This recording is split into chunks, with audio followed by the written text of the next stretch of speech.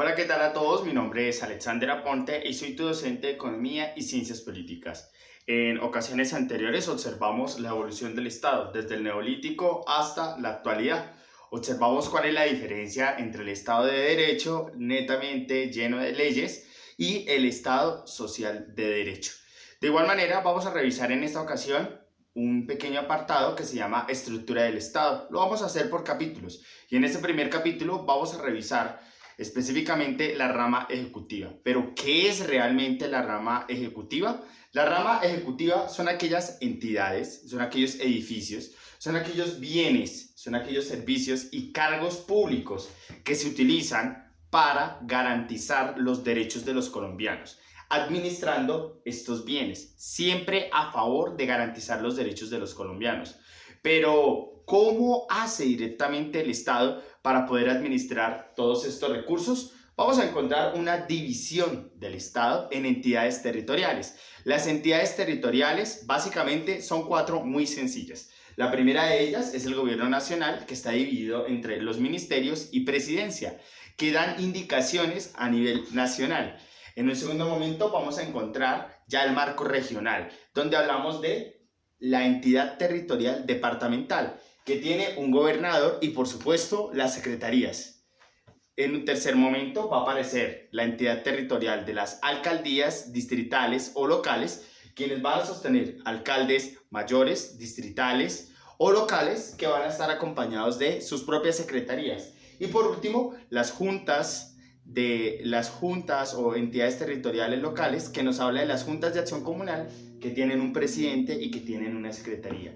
Muy bien, vamos a revisar en esta oportunidad la estructura del Estado colombiano. Hoy solamente vamos a ver un par de ministerios. La próxima sesión vamos a ampliarlos un poco más para entender cómo se moviliza el gobierno nacional. De los ministerios que vamos a observar, el número uno y casi que el más importante es el Ministerio de Hacienda, que se encarga del dinero. Pero, ¿cómo afronta directamente la administración del dinero de los colombianos? Lo hace a partir del marco fiscal. ¿Cuáles son aquellas leyes que se llevan al Congreso para convertirlas en impuestos que los colombianos debemos pagar? El marco tributario ya es directamente el cobro de esos impuestos. Impuestos como el predial, que se paga directamente por el espacio que ocupamos en el territorio de la nación, el espacio de nuestras casas. El impuesto de los automóviles y diversos impuestos de bienes que nosotros poseemos. De igual manera, en el tributario encontramos el IVA, que son los impuestos indirectos, y nos lo están cobrando por cada producto que estamos comprando. Recordemos, hoy al 19%. De igual manera, el Ministerio de Hacienda no solamente se piensa en qué tipo de leyes y de impuestos elabora y cómo los cobra, sino de revisar desde las aduanas cómo le cobra impuestos a las mercancías que llegan del exterior a los puertos colombianos para circular y ser vendidos y aprovechados en el territorio nacional. Es ahí en donde el Ministerio de Hacienda realiza el cobro. Hasta el momento hemos visto cómo el Ministerio de Hacienda hace algo que se llama el recaudo de dinero. ¿Cómo hace para recoger el dinero de los colombianos? Pero de igual manera este ministerio es aquel que se encarga del gasto público, el que le paga la nómina desde el presidente hasta todos los funcionarios públicos de la rama ejecutiva, judicial e incluso la legislativa. Entonces, el Ministerio de Hacienda es el más importante porque maneja el dinero. El número dos, y esto es muy importante para todos los estados sociales de derecho, son los ministerios de defensa, ya que estos netamente tienen como función cuidar la soberanía del territorio nacional. Pero para cuidar esa soberanía de su propio territorio, debe realizar un proceso de reclutamiento, que es ahí en donde muchos adolescentes empiezan a correr cuando ven a un uniformado solicitando papeles.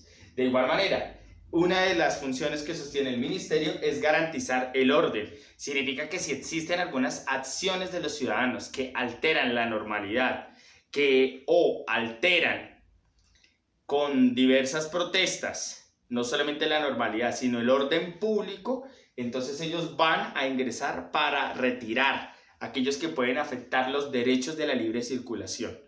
De igual manera, y por último, del Ministerio de Defensa, ellos se encargan del cuidado del ciudadano. Y es allí en donde vamos a entender que ellos no solamente piensan en hacerle caso al gobierno, sino tienen un énfasis en la ciudadanía. Muy bien, en un tercer momento vamos a encontrar el Ministerio de Trabajo, que es aquel que garantiza las condiciones laborales. ¿Qué significa esto de condiciones laborales? Significa que la empresa, cuando contrata al empleado, le va a realizar una serie de afiliaciones para garantizarle su bienestar. En un primer momento vamos a ver la caja de compensación familiar, en donde le ofrece un portafolio de servicios al empleado para que pueda disfrutar y sostener bienestar no solamente para él, sino para su núcleo familiar. En este espacio ya vamos a observar en un segundo momento la aseguradora de riesgos laborales. Y la aseguradora de riesgos laborales es aquella que va a cubrir al empleado cuando sostenga un accidente netamente laboral. Significa que si sostiene dolores, dolencias, enfermedades desde la casa que no se relacionan con el marco laboral, no son atendidas. Mientras que todo lo que tiene que ver con accidentes laborales va a ser cubierto por salud ocupacional y por la aseguradora de riesgos laborales. En un tercer momento, el marco de la pensión, que es aquella cotización que se realiza desde que se tiene 18 años hasta que se alcance el año de pensión, 57 para mujeres y 60 años para los hombres. Recordar que existen dos fondos de pensiones: Colpensiones, que es básicamente el sector público, que es pagado por el Estado, y directamente el marco privado, en donde vamos a encontrar empresas como Sura o Porvenir, quienes van a realizar el pago de las pensiones de acuerdo a un monto de dinero que usted tiene que ahorrar cada quincenita hasta que complete el monto y la edad de jubilación.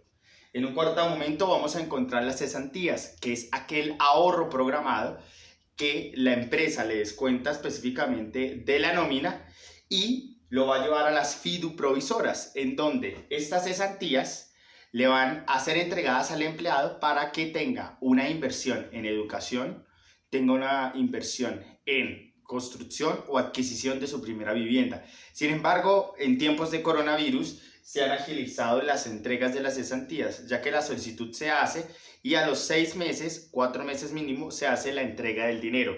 Las cesantías es el recaudo que se hace mientras dure el contrato. Por lo general, cada año se realiza el corte de cesantías para que el empleado tenga la opción de reclamarlas. Por último, vamos a encontrar la afiliación a la empresa promotora de salud, a la EPS.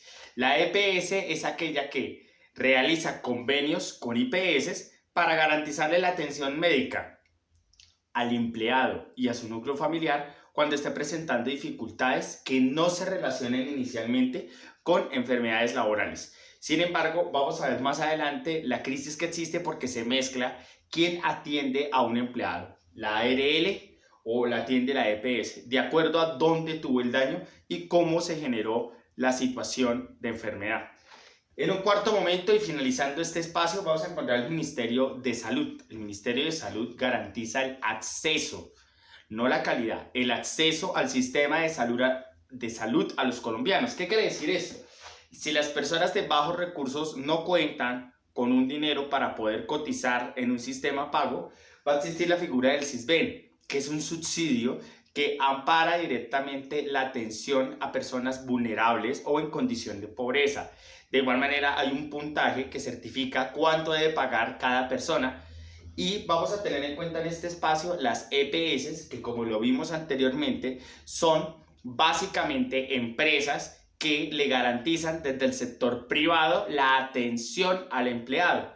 Ambas, SISBEN, EPS, medicina prepagada, que es medicina particular, son atendidas por los institutos prestadores de salud, como clínicas, hospitales, que en estos momentos están atendiendo pacientes de la EPS y pacientes del SISBEN.